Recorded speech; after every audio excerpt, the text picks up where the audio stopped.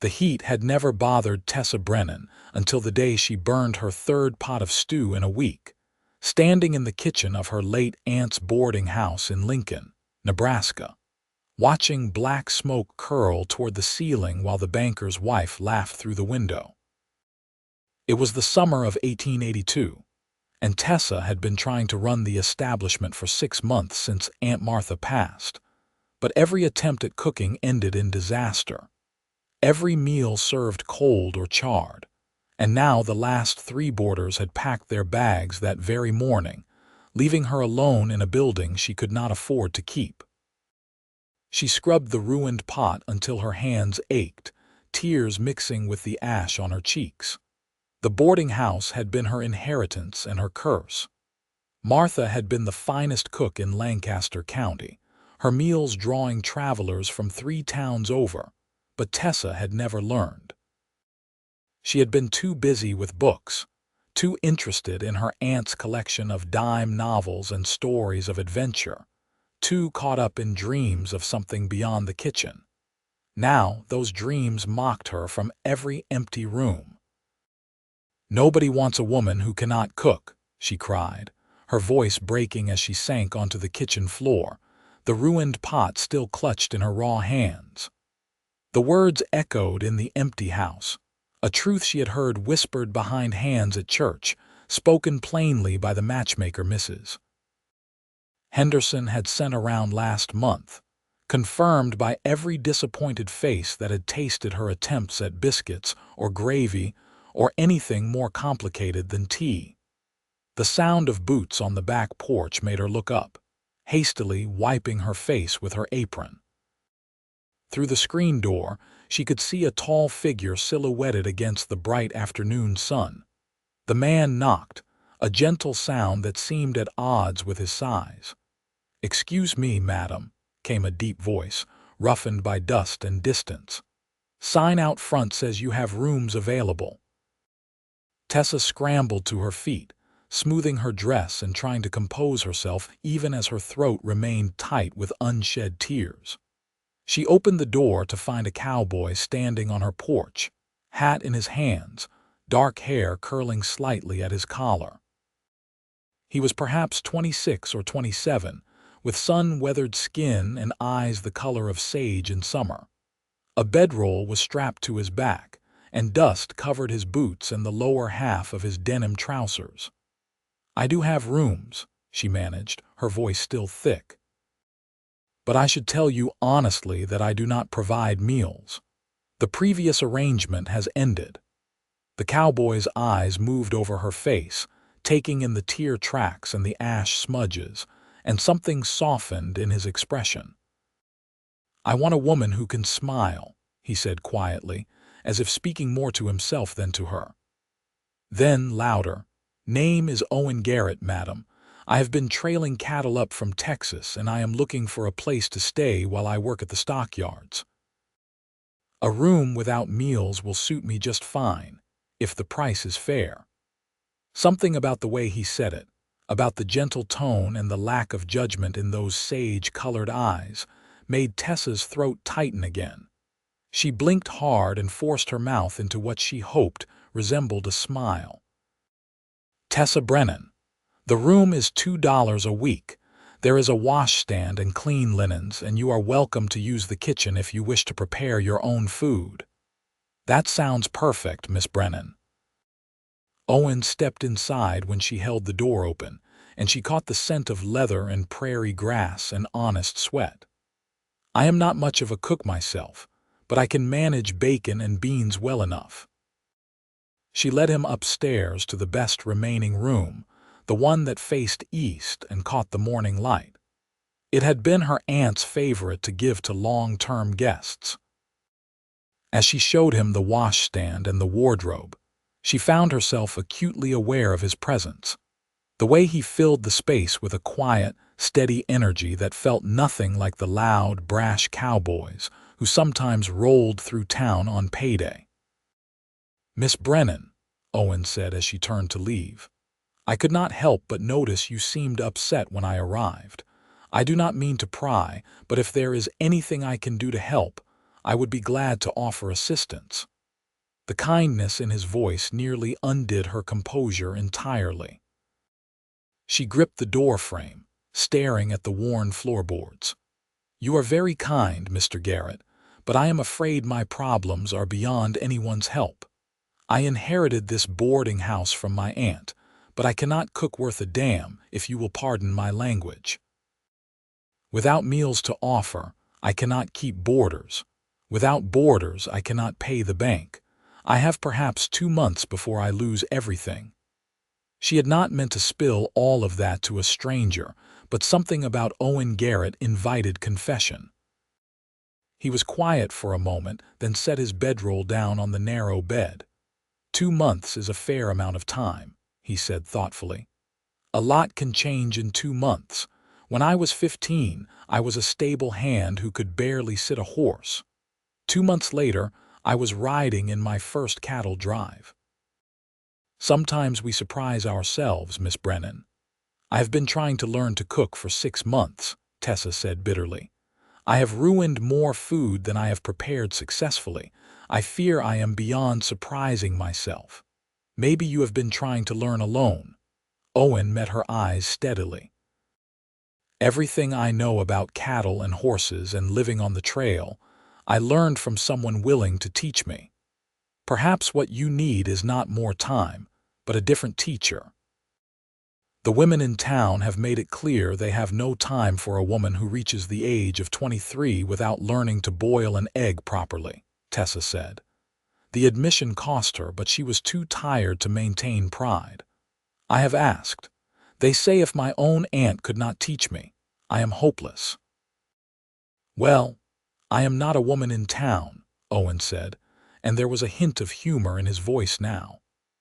"And I am no fancy cook, but I can make food that keeps a man alive and satisfied on the range. If you would be willing to accept lessons from a cowboy, I would be happy to teach you what I know." "Consider it part of my rent." Tessa stared at him, certain she had misheard. "You would teach me to cook? But why?" Owen was quiet for a moment, turning his hat in his hands. "Because I know what it is like to feel hopeless about something everyone else seems to find easy.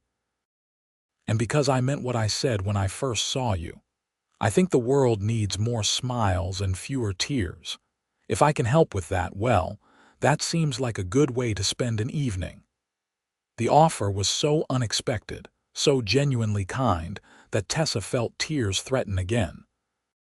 She blinked them back and managed a real smile this time, small but genuine. "That is very generous, Mr. Garrett. I accept, though I warn you that I am a terrible student. I have managed to burn even boiled potatoes." "Then tomorrow we will start with something harder to burn," Owen said, returning her smile. "And please call me Owen. If we are going to be working together in a kitchen, we should probably skip the formalities." "Owen," Tessa repeated, and liked the way the name felt in her mouth. "Then you must call me Tessa. I will leave you to settle in. Supper is at 6, though I am afraid it will only be bread and cheese tonight." "Bread and cheese sounds like a feast after 2 weeks of nothing but hardtack and jerky," Owen assured her. Tessa left him to unpack, descending the stairs with a lighter step than she had climbed them. It was foolish, perhaps, to put so much hope in the offer of a stranger, but the alternative was despair, and she had spent enough time in that particular valley today. She prepared a simple meal of bread, cheese, and the preserves her aunt had put up last fall, setting the table in the small dining room that had once hosted a dozen boarders at a time. Owen came down promptly at 6, his hair damp from washing, wearing a clean shirt that had been carefully mended at the collar. He complimented the preserves with an enthusiasm that seemed genuine, and they ate in comfortable silence for a while before he asked about her aunt, about how she had come to inherit the boarding house. "Martha was my mother's sister," Tessa explained, pouring tea. "My parents died of influenza when I was 17. I had no siblings, no other family, so Martha took me in. She tried to teach me to cook, Truly she did, but I seemed to lack whatever instinct makes a good cook. I could follow a recipe exactly and still produce something inedible. After a while, she stopped trying and let me help with the cleaning and the bookkeeping instead. I think she assumed she would have many more years to teach me, or that I would marry someone who did not mind my deficiency. "And did you want to marry?" Owen asked, his tone carefully neutral. "I did not give it much thought," Tessa admitted. The men in Lincoln seemed to fall into two categories: those who wanted a wife who could cook and keep house and bear children without complaint, and those who wanted someone more exciting than I could ever be. I was content with my books and helping Martha run the boarding house. But then she had a stroke last winter, very sudden. She was gone before the doctor could even arrive. "I am sorry," Owen said, and the simple sincerity in his voice was more comforting than all the elaborate condolences she had received at the funeral. "Thank you. I miss her every day, and I fear I am failing her by losing the business she built. This boarding house was her pride and joy. She started with nothing but a good reputation and excellent cooking, and she built something solid. I am watching it crumble in my incapable hands." "You have not lost it yet," Owen reminded her. "And from what I have seen, your hands are plenty capable. This house is clean, the linens are fresh, the books are clearly well kept. You have most of what makes a good boarding house. We just need to add the cooking part." His confidence was infectious. Tessa found herself smiling again, a real smile that reached her eyes this time. "When do we start?" "Tomorrow morning, if you are willing," Owen said. "I need to report to the stockyards and find out my schedule, but I should be back by afternoon. We can start with something simple. Do you have flour and lard?" "Yes, and potatoes, onions, some salt pork, dried beans, cornmeal, sugar, and whatever else is left in the pantry." "That is more than enough to work with," Owen assured her. "We will start with biscuits. They are simple, hard to ruin if you follow a few basic rules, and universally appreciated. Once you master those, everything else becomes easier." "I have tried to make biscuits at least 20 times," Tessa warned. "They have always come out hard as rocks or flat as paper." "Then the 21st time will be the charm," Owen said with such confidence that Tessa almost believed him. They finished the meal and Tessa cleaned up while Owen excused himself to see to his horse at the livery. When he returned an hour later, he found her in the small parlor, reading by lamplight. He settled into the chair across from her with a book of his own, a battered copy of something she could not see the title of, and they passed the evening in companionable silence. It was pleasant, Tessa thought, to have another person in the house again, to hear the sound of pages turning and the occasional shift of weight in a chair. The boarding house had been too quiet for too long. The next morning, Owen left early for the stockyards, and Tessa spent the day cleaning and trying not to think too hard about the evening's lesson. She had been disappointed so many times before, had felt the sting of failure so often in the kitchen, that she was afraid to hope this time would be different.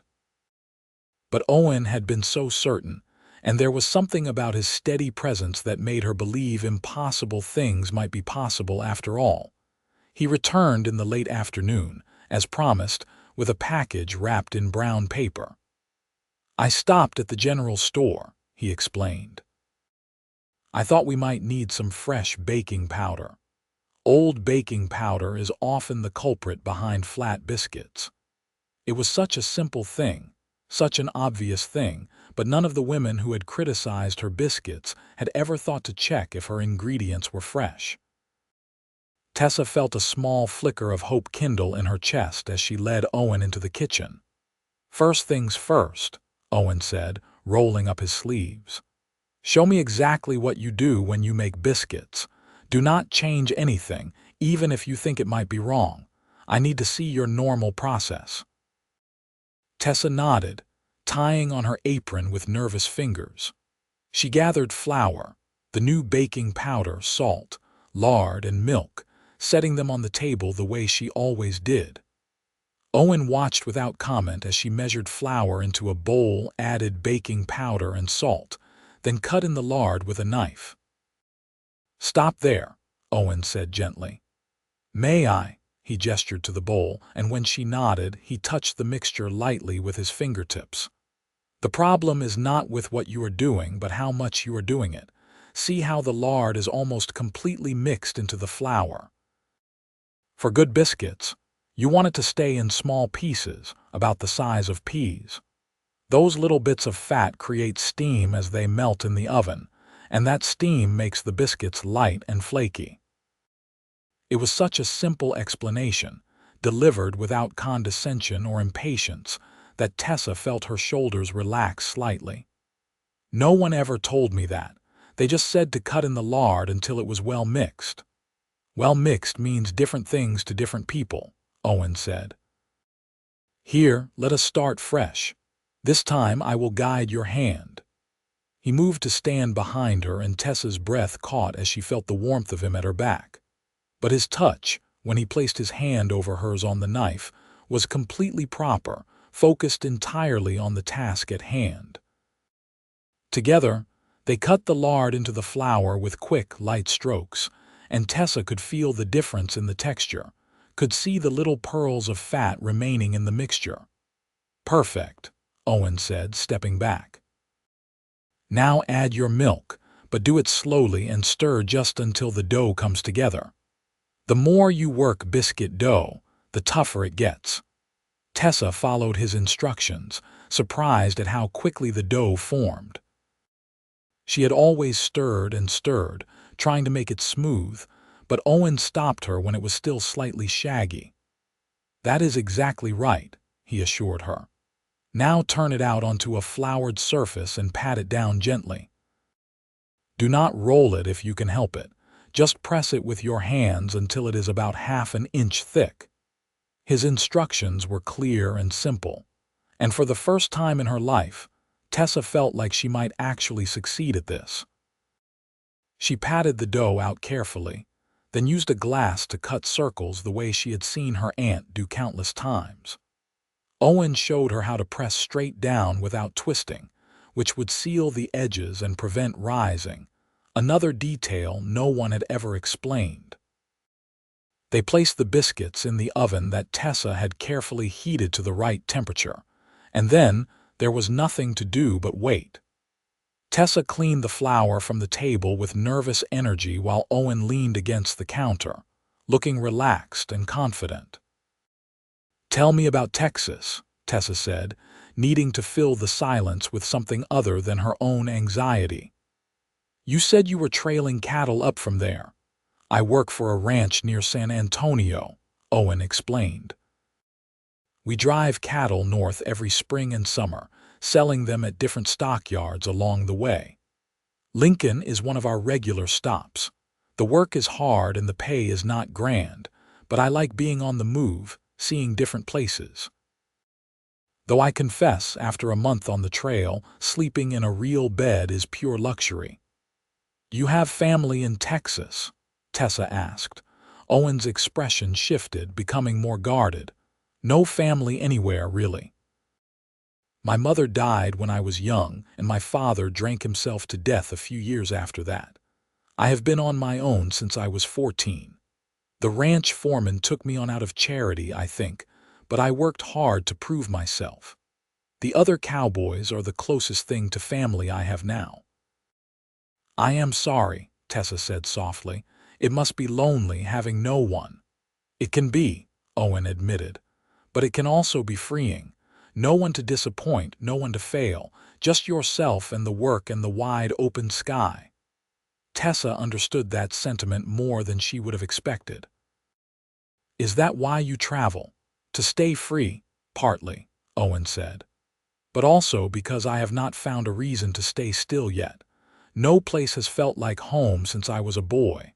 I keep thinking maybe the next town, the next ranch, will be the one that makes me want to put down roots. But so far, nothing has stuck."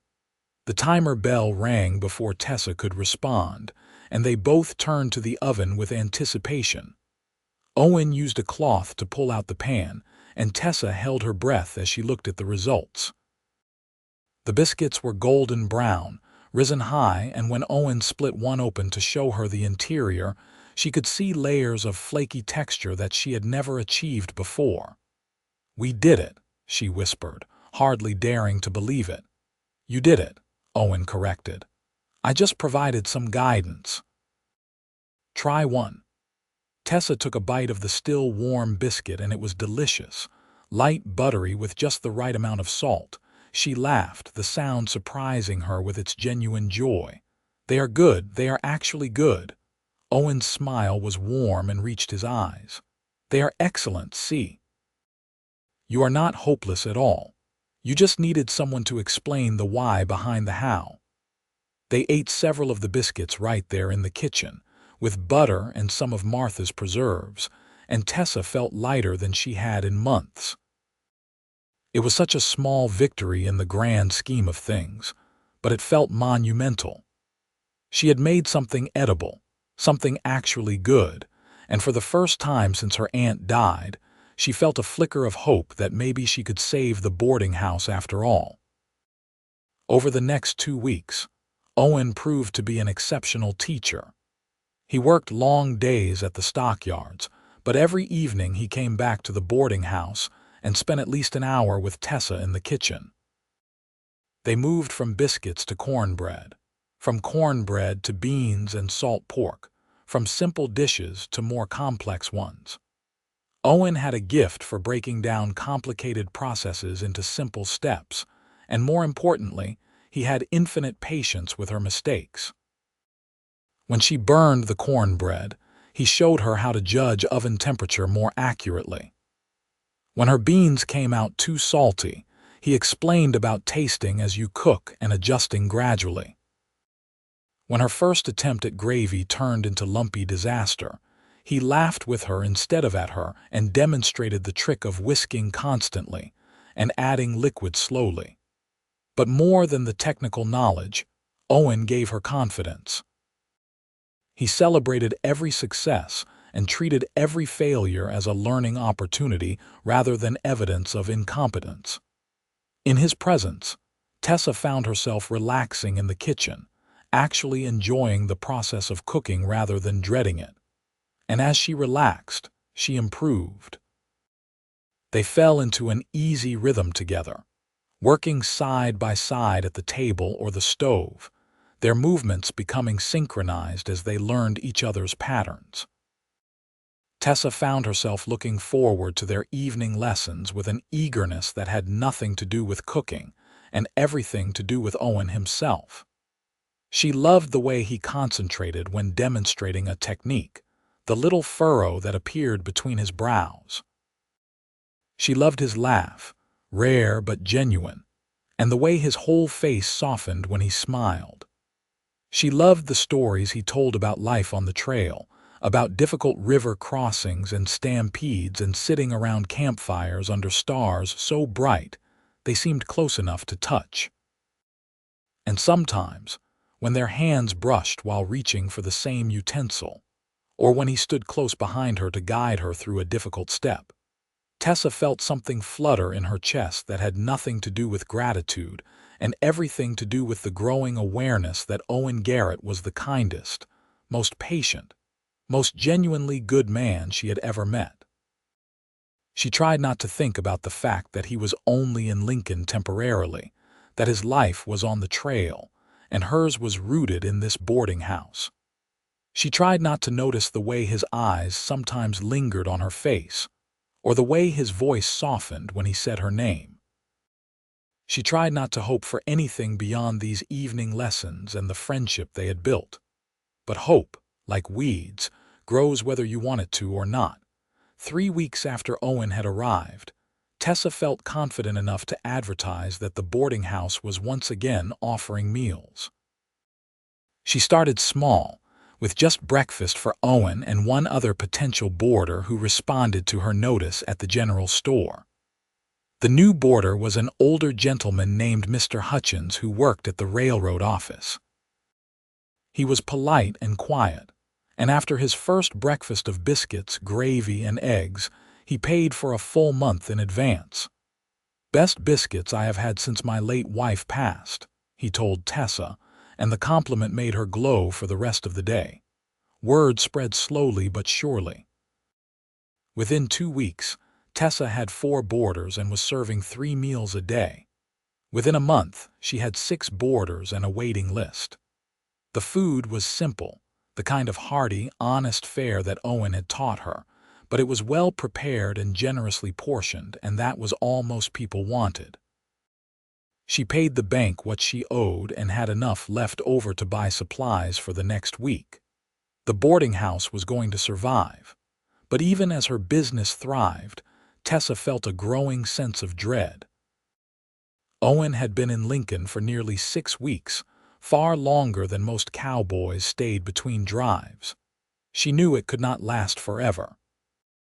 Eventually, the cattle would be sold, the business would be concluded, and Owen would move on to the next town, the next drive, the next temporary place that was not quite home. She tried to prepare herself for his departure, tried to remember that he had given her an incredible gift, and she should be grateful for the time they had had rather than greedy for more. But her heart, stubborn and foolish, refused to listen to logic. It was a warm evening in late August when Owen came home from the stockyards with an unusually serious expression. Tessa was in the kitchen, preparing supper for the boarders, and she knew immediately that something had changed. "The cattle are all sold," Owen said without preamble. "The crew is heading out the day after tomorrow, moving north toward the Dakota Territory. There is a ranch up there looking to buy breeding stock." Tessa's hand stilled on the potato she had been peeling. She kept her eyes on the vegetable, not trusting herself to look at him. "I see. Well, you have been very kind to stay as long as you have. I am grateful for everything you have taught me, Tessa." Owen's voice was gentle but firm. "Look at me, please." She forced herself to meet his eyes, trying to keep her expression neutral even as her heart cracked. "I told the foreman I was not going with them," Owen said. Tessa blinked, certain she had misheard. "What? I quit the crew. I am staying in Lincoln." Owen took a step closer, his sage-colored eyes intense on her face. "If you want me to stay, that is. If I have not misread things between us these past weeks." "I do not understand," Tessa said, even as hope began to flutter dangerously in her chest. "You said you loved the freedom of the trail, that no place had ever felt like home." "I said I had not found a reason to stay still yet," Owen corrected. "But I have found one now. You are my reason, Tessa. Somewhere between teaching you to make biscuits and listening to you laugh when the gravy turned out right, I fell in love with you. I love your determination and your kindness, and the way you smile when you are proud of something you have accomplished. I love the way you read by lamplight, and the way you treat your boarders with such care.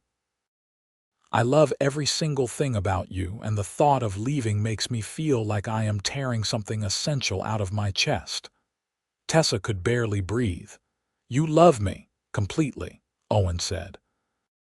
"I know I am just a cowboy with no fancy prospects, and you could probably do better than a man who has spent most of his life sleeping on the ground.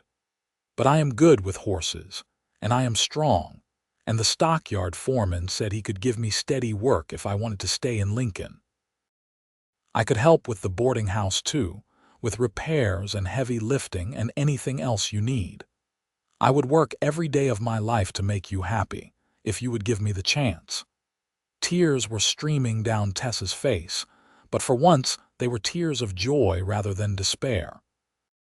"You think I could do better? Owen, you are the best man I have ever known. You saw me at my lowest point and you offered help instead of judgment. You have been patient and kind, and you have given me back my confidence and my livelihood. But more than that, you have made me laugh again.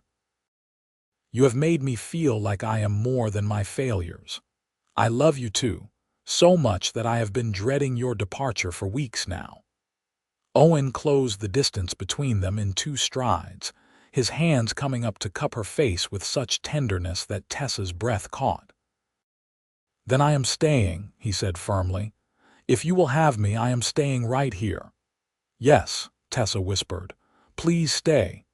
He kissed her then, and it was everything a first kiss should be, gentle and passionate and full of promise. Tessa wound her arms around his neck, the potato and the peeler forgotten on the floor, and kissed him back with all the love and hope and joy that had been building in her heart for weeks. When they finally broke apart, both breathing hard, Owen rested his forehead against hers. "I should probably ask you properly," he said. "Tessa Brennan, would you do me the honor of becoming my wife? I promise I will spend every day trying to make you smile, and I will never, ever complain about your cooking." Tessa laughed, the sound bright and free. "Yes, Owen Garrett. I will marry you. Though I think you might regret that promise about the cooking, I still have a lot to learn."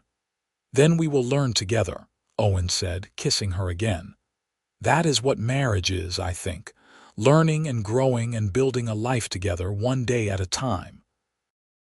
They announced their engagement to the boarders that night over supper, and Mr. Hutchins insisted on opening a bottle of wine he had been saving for a special occasion. The other boarders offered congratulations and well wishes, and Tessa felt surrounded by warmth and goodwill in a way she had not experienced since her aunt was alive. Owen moved into the small room off the kitchen that had been Martha's, the one reserved for family rather than boarders. They decided to wait until October to marry, wanting to give Owen time to establish himself in his new job, and to give Tessa time to adjust to the idea that her life was about to change in the most wonderful way possible. The weeks between the engagement and the wedding were busy and happy. Owen proved to be as good as his word, working hard at the stockyards during the day and helping with the boarding house in the evenings. He repaired the sagging porch steps and the loose shutter on the second floor. He reinforced the fence around the small garden plot and helped Tessa plant vegetables for the fall harvest. He charmed the boarders with his easy manner and his willingness to help with anything that needed doing. And every evening, after the supper dishes were washed and the boarders had retired to their rooms or the parlor, Owen and Tessa would steal a few moments alone. Sometimes they sat on the back porch and watched the stars come out, Owen's arm around her shoulders and her head resting on his chest. Sometimes they took walks through the quiet streets of Lincoln, hand in hand, talking about their plans for the future. Sometimes they simply sat together in the parlor, reading in comfortable silence, the way they had that first evening. Tessa had never been happier. The boarding house was thriving. Her confidence in the kitchen grew with each successful meal, and she was engaged to marry the man she loved. Life felt full and rich and brimming with possibility. They were married on a crisp October morning at the small church on the edge of town. Tessa wore a dress of pale blue silk that had belonged to her mother, altered to fit her by Mrs. Chen, one of the boarders who turned out to be an excellent seamstress. Owen wore a new suit that Mr. Hutchins had helped him pick out, and he looked so handsome that Tessa's breath caught when she saw him waiting for her at the altar. The ceremony was simple but heartfelt, attended by the boarders and a handful of townspeople who had become friends over the past months. When the minister pronounced them husband and wife and Owen kissed her, Tessa felt like her heart might burst with happiness. They held the reception at the boarding house, where the boarders had decorated the parlor and dining room with fall flowers and ribbon. Mrs. Chen had made a beautiful cake, and Mr. Hutchins gave a toast that made everyone laugh and then tear up. It was not a grand affair by any means, but it was perfect, filled with genuine warmth and affection from people who had become like family. That night, after the guests had retired and the house had fallen quiet, Owen carried Tessa over the threshold of what was now their shared room.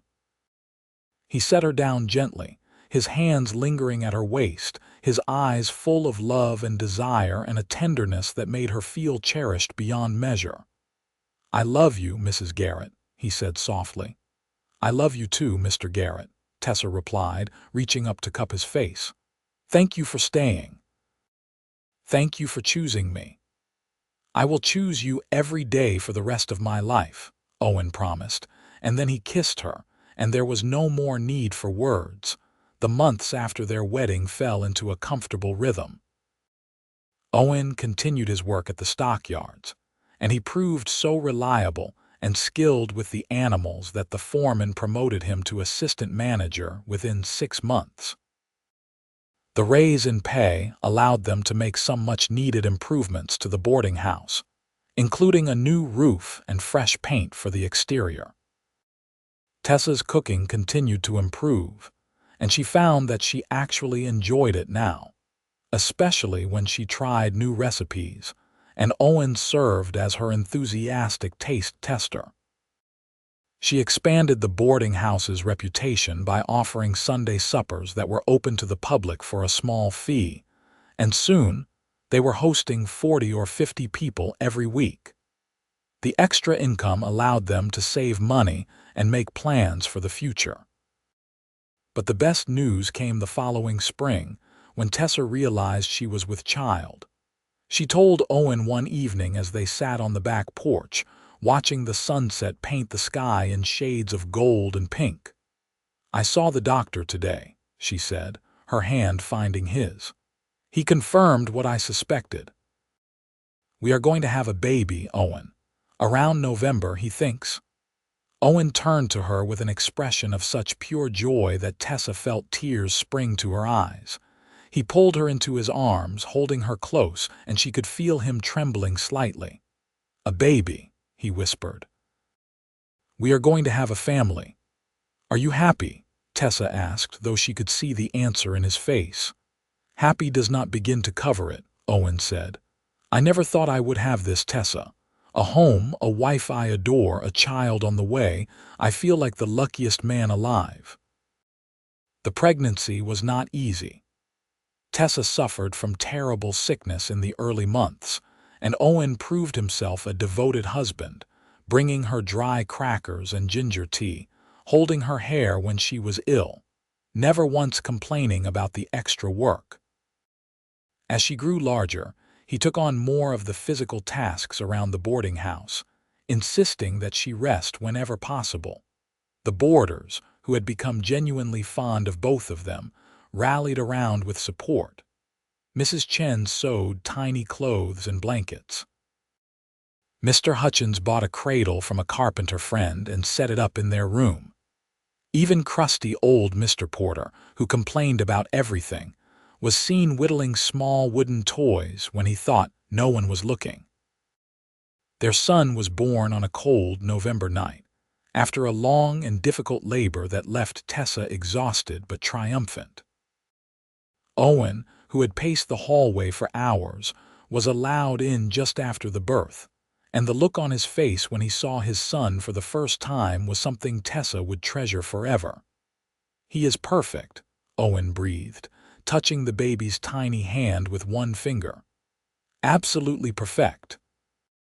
"What should we name him?" Tessa asked. They had discussed names but never settled on one, wanting to wait until they met the baby. "Thomas," Owen said immediately, "after your father, Thomas Garrett." Tessa's eyes filled with tears. "That is perfect. Papa would have loved that." Thomas was a good baby, healthy and strong, with his father's dark hair and his mother's green eyes. Owen was a devoted father from the start, getting up for night feedings even though he had to work in the morning, changing diapers without complaint, walking the floor with Thomas when he was fussy. Watching him with their son, Tessa fell in love with him all over again. The years that followed were busy and full. Thomas grew into a curious, energetic toddler who kept them on their toes. The boarding house continued to thrive, becoming known as one of the best in Lancaster County. Owen was promoted again at the stockyards, eventually becoming the manager, a position that came with a significant increase in pay and responsibility. When Thomas was 3, Tessa became pregnant again, and this time she delivered a daughter they named Margaret after Owen's mother. Margaret was a quieter baby than Thomas had been, content to watch the world with solemn blue eyes that reminded Tessa of Owen's. They bought the building next door when it came up for sale and expanded the boarding house, adding 6 more rooms and a larger dining area. The business required more work, but it also brought in more income, and they were able to hire help for the first time. A young woman named Lucy to assist with cleaning, and a man named James to help with repairs and heavy lifting. On their 5th wedding anniversary, Owen surprised Tessa with a trip to Omaha, arranging for Mrs. Chen and Mr. Hutchins to watch the children and the boarding house for a long weekend. They stayed in a fancy hotel, ate at restaurants, and attended a theatrical performance. It was wonderful to have that time alone together, to remember who they had been before children and responsibilities had filled their days.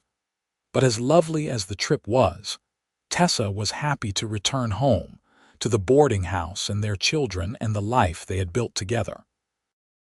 This was where she belonged, where they both belonged, surrounded by the family they had created and the home they had made. When Thomas was 7 and Margaret was 4, Tessa found herself pregnant again. This pregnancy was harder than the previous 2, and the doctor ordered bed rest for the final 2 months. Owen took a temporary leave from the stockyards to manage the boarding house full-time, and the boarders and hired help rallied around to keep everything running smoothly. Their second son, Henry, was born healthy and loud, announcing his presence with lusty cries that could be heard throughout the house. He looked exactly like Owen, and Tessa joked that she had done all the work of carrying and delivering him only to have him come out as a perfect miniature of his father.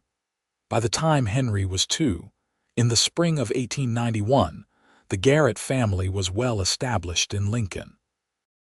Owen had been offered a partnership in the stockyards, which he accepted after discussing it at length with Tessa.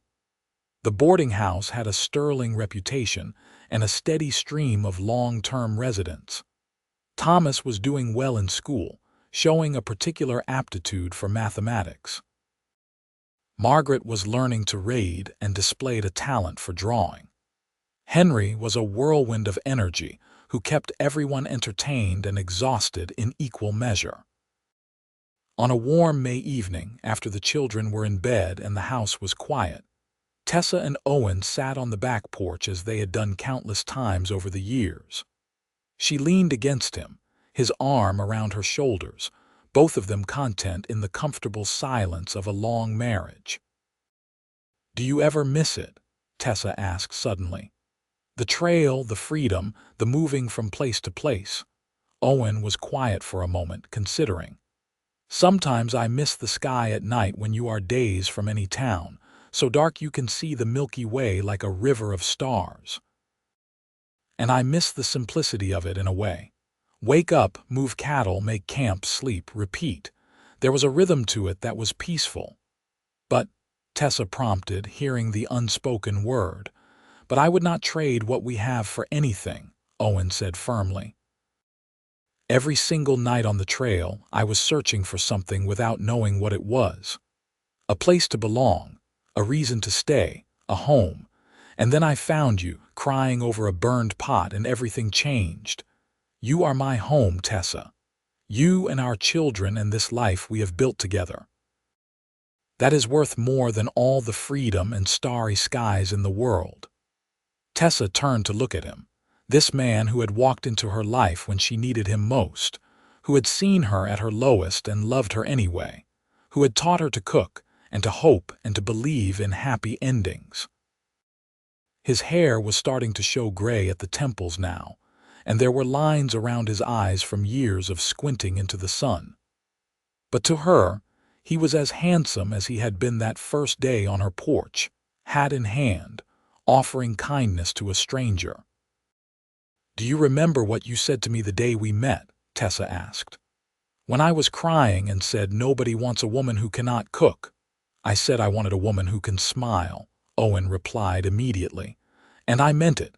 Your smile, Tessa, was the first thing that made me want to stay. It was sad at first, but I could see the possibility of joy underneath, and I wanted to be the one to bring that joy back." "You did," Tessa said softly. "You brought joy and love and a family and a future I never imagined. You took my worst day and turned it into the beginning of my best life." Owen kissed her forehead, her cheeks, and finally her lips, tender and sweet and full of the love that had only grown deeper over the years. "I told you I would choose you every day for the rest of my life. That promise still stands, Mrs. Garrett." "And I choose you, Mr. Garrett," Tessa said. "Every day, for all the days we have left." They sat there as the stars came out one by one, the sounds of their children sleeping safely inside, the boarding house standing solid around them, the life they had built together stretching out like a promise kept. From disaster and despair had come love and family and home, and Tessa knew with absolute certainty that she would not change a single thing. The years continued to unfold in their gentle rhythm. The children grew and changed, each developing their own personalities and dreams. Thomas, serious and studious, talked about becoming a lawyer. Margaret, artistic and imaginative, filled sketchbook after sketchbook with drawings of everything she saw. Henry, bold and adventurous, declared he wanted to be a cowboy like his father had been, which never failed to make Owen laugh. The boarding house remained a fixture in Lincoln, known for its excellent food, clean rooms, and the warm hospitality of the Garretts. People who stayed there once often became regulars, returning year after year when business brought them to town. Some of the original boarders, like Mr. Hutchins, lived there for decades, becoming part of the extended family. Owen thrived in his partnership at the stockyards, his reputation for fair dealing and expertise with cattle spreading throughout the region. He never lost his love for horses and often brought the children to the yards on Saturdays to show them the animals. Thomas was politely interested, Margaret sketched them endlessly, and Henry was absolutely entranced, spending hours watching his father work. Tessa continued to expand her cooking skills, eventually compiling a cookbook of recipes that combined her Aunt Martha's traditional dishes with the simpler trail cooking Owen had taught her. She had copies printed at the local press, intending them as gifts for friends, but they proved so popular that the general store began selling them. The modest income from cookbook sales was donated to the church to help families in need, something that gave Tessa great satisfaction. On their 10th wedding anniversary, the entire town of Lincoln seemed to celebrate with them. The boarding house hosted a party that spilled out into the street, with food and music and dancing that lasted late into the night. Their children, now 11, 8, and 6, stayed up past their bedtime, dizzy with excitement and sugar. Owen and Tessa danced together in the street, her in a new dress he had surprised her with, him in his best suit, both of them laughing like young lovers despite 10 years of marriage and 3 children, and all the responsibilities that came with the life they had built.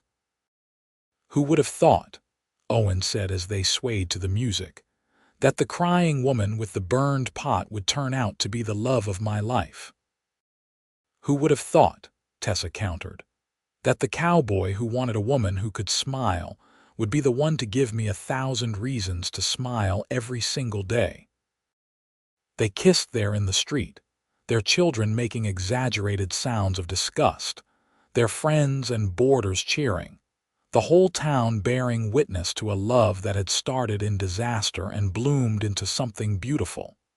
As the years passed, that love continued to grow and deepen. They weathered challenges together. A particularly harsh winter that damaged part of the boarding house roof, requiring expensive repairs. A bout of scarlet fever that swept through Lincoln and left Margaret weak for months.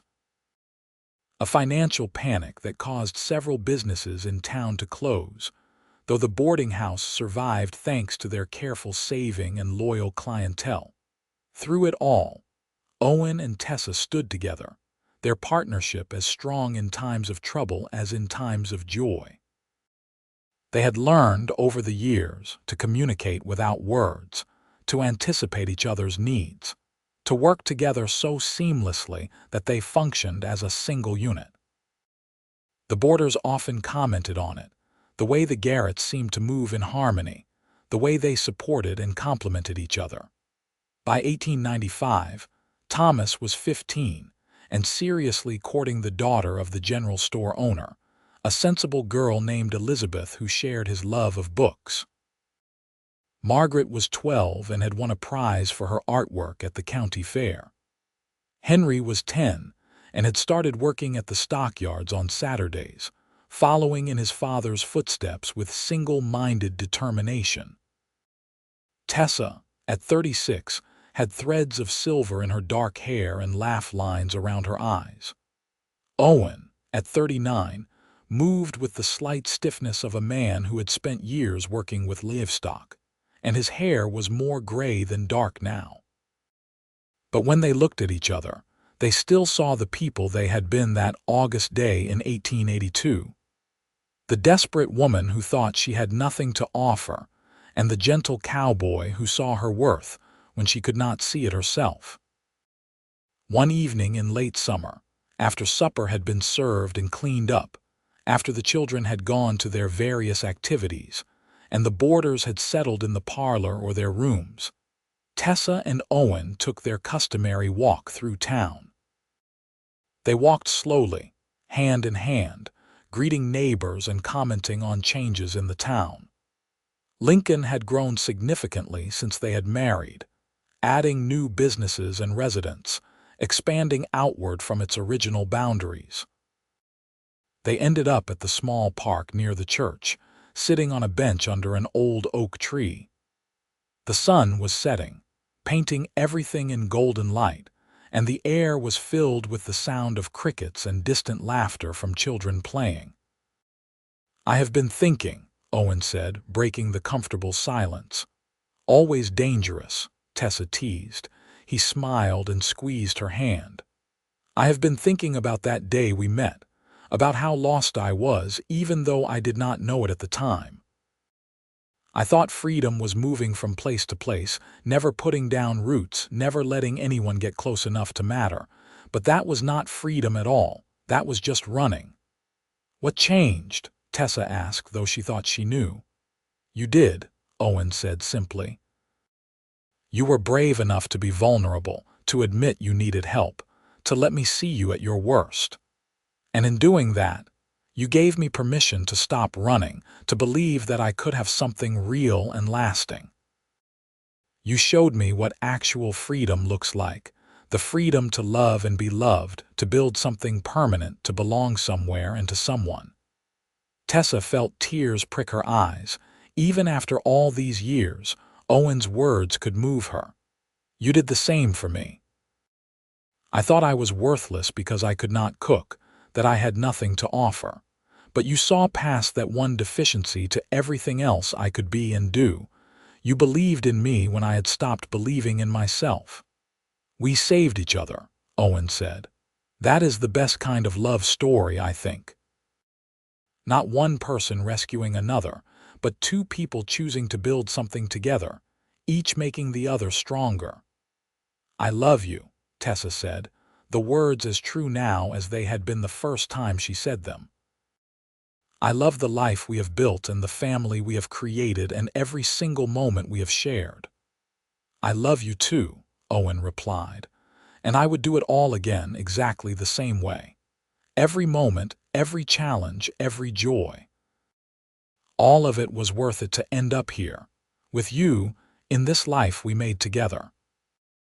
They sat there as darkness fell.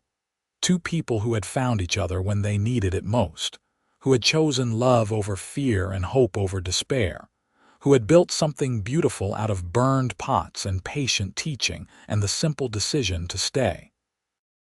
The boarding house waited for them, solid and welcoming, full of the sounds of other people's lives but centered always on their own love story. And as they finally stood and walked home hand in hand, Tessa thought about that desperate day 13 years ago when she had cried that nobody wanted a woman who could not cook, and how Owen had responded that he wanted a woman who could smile. He had given her reasons to smile every day since, and she had given him a home and a family and a place to belong. They had each given the other exactly what was needed, and in doing so, they had created something far greater than either could have imagined, a love that would last a lifetime. The children grew into young adults, each following their own path. Thomas did indeed become a lawyer, opening a practice in Lincoln and marrying his Elizabeth in a beautiful ceremony at the church. Margaret, at 18, won a scholarship to study art in Chicago, though she promised to return to Lincoln afterward. Henry, surprising no one, took over Owen's position at the stockyards when Owen finally retired at 50, stepping into the role as if he had been born for it. Owen and Tessa, now in their 40s and 50s respectively, slowly transitioned the boarding house to Lucy and James, who had worked for them for nearly 2 decades and had married each other 5 years prior. The younger couple had the energy needed to run the establishment, while Owen and Tessa remained as owners and occasional helpers, there to offer advice and assistance, but no longer responsible for the daily operations. With more free time, they traveled a bit, visiting Margaret in Chicago and taking a trip to San Antonio so Owen could show Tessa where he had worked as a young man. They spent lazy afternoons reading in the parlor, took long walks through Lincoln, and devoted themselves to being doting grandparents when Thomas and Elizabeth had their first child, a daughter named Martha after Tessa's aunt. On their 20th wedding anniversary, in October of 1902, they hosted a quiet dinner with just their children and grandchild. Thomas gave a toast that made everyone laugh and cry, talking about how his parents had always been his model for what a marriage should be: partnership, respect, humor, and unwavering love. To the woman who learned to cook and the man who taught her, Thomas said, raising his glass. But more importantly, to the two people who taught all of us what real love looks like. After dinner, after the family had left and the house was quiet, Owen and Tessa climbed the stairs to their room, moving a bit slower than they once had but together as always. They prepared for bed in the comfortable routine of 20 years of marriage, each anticipating the other's movements, each knowing exactly where the other would be. As they lay in bed, Tessa's head on Owen's shoulder, his arm around her, they talked quietly about the day, about their grandchildren, about the small joys and concerns of daily life. And then Owen said something that made Tessa lift her head to look at him. "I have never told you this," he said, "but that day I showed up at your boarding house was not really an accident. I had heard about your aunt passing, about you struggling to keep the business going. One of the other cowboys had stayed here the year before and mentioned it. I was planning to ride right through Lincoln, but something made me stop. Maybe it was fate, maybe it was luck, maybe it was something else entirely. But whatever it was, I am grateful for it every single day." "You came looking for me?" Tessa asked, surprised. "Not exactly," Owen said.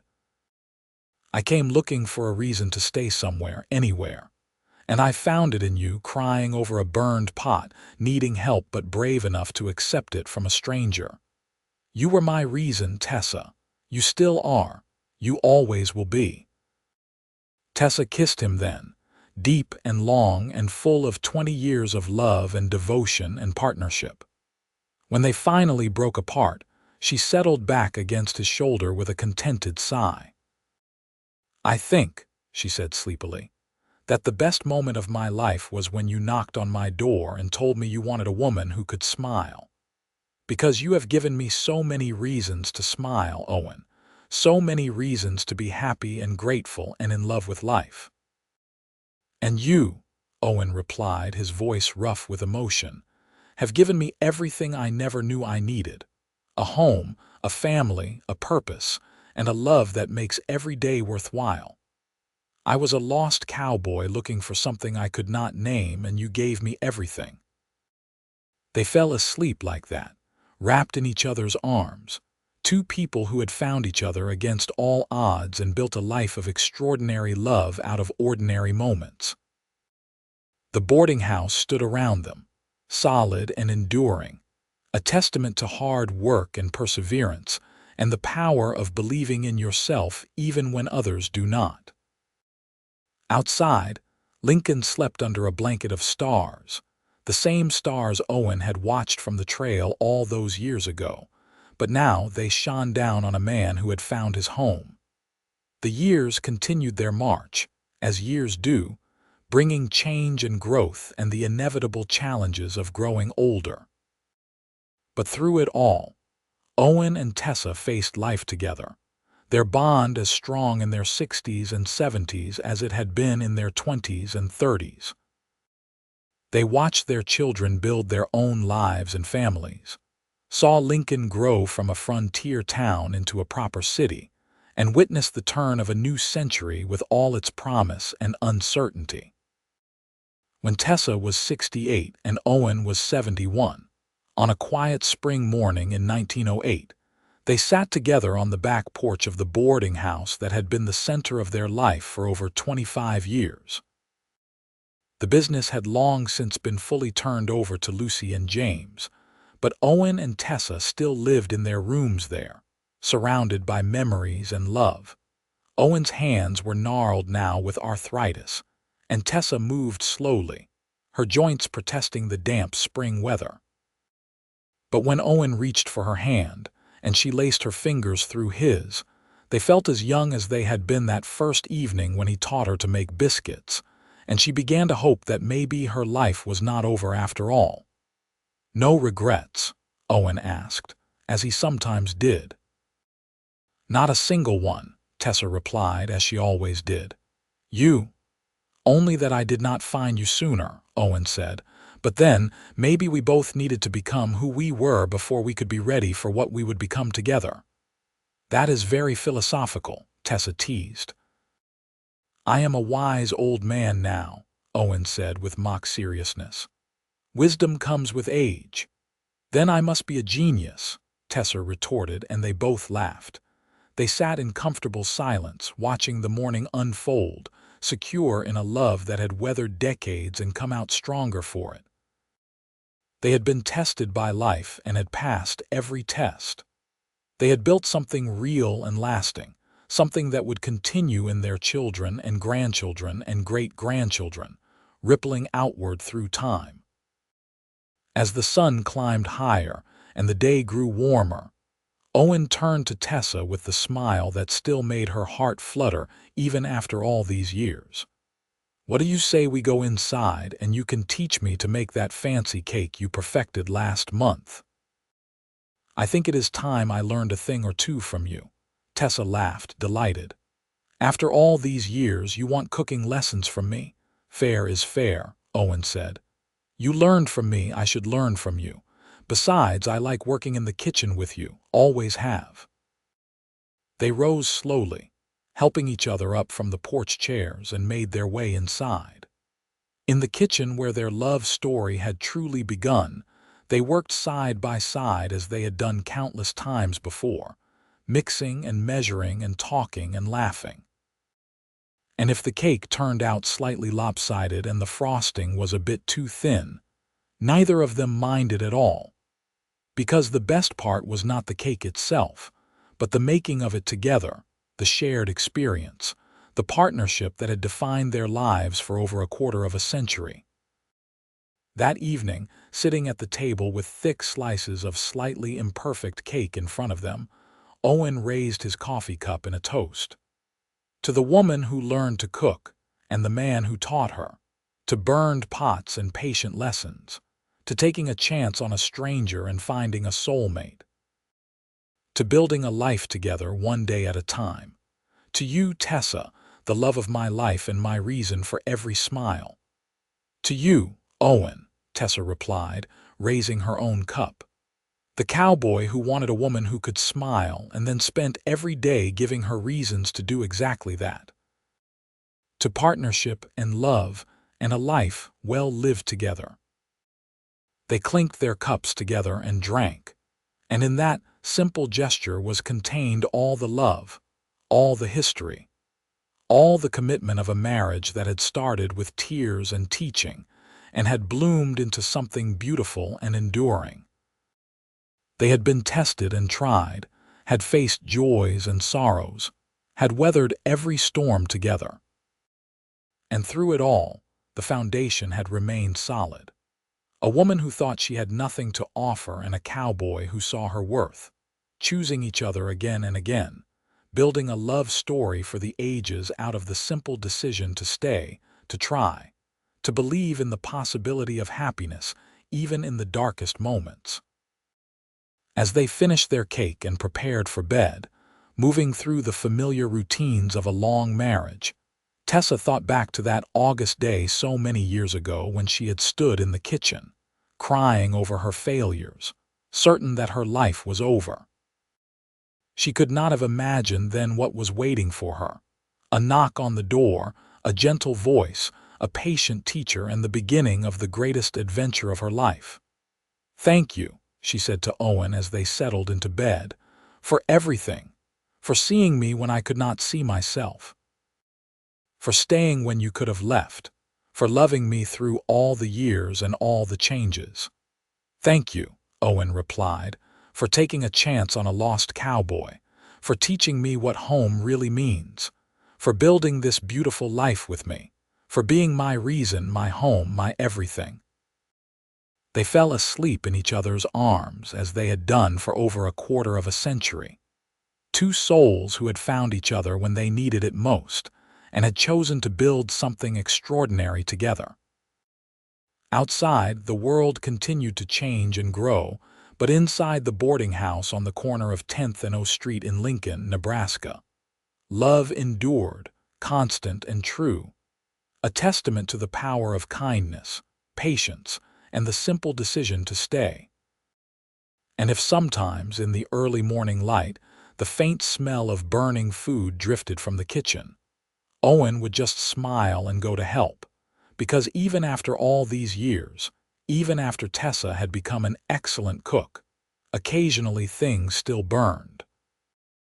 And it did not matter one bit, because they had each other, and that was all they had ever really needed.